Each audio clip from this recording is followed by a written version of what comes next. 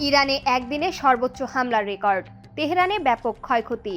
ইরানের যুদ্ধ শুরুর পর থেকে শনিবার একদিনে সর্বোচ্চ হামলা চালিয়েছে যুক্তরাষ্ট্র ও ইসরায়েল।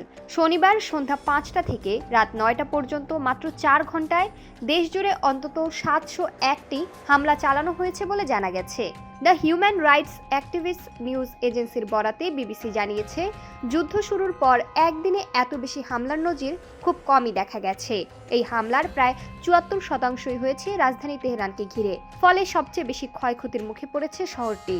সংস্থাটির তথ্য মতে, সংঘাত শুরুর এক মাসে নিহত বেসামরিক মানুষের সংখ্যা দাঁড়িয়েছে ১৫৫৫ জন। নিহতদের মধ্যে অন্তত ২৩৬ জন শিশু রয়েছে, যা পরিস্থিতির ভয়াবহতা আরও স্পষ্ট করে তুলেছে।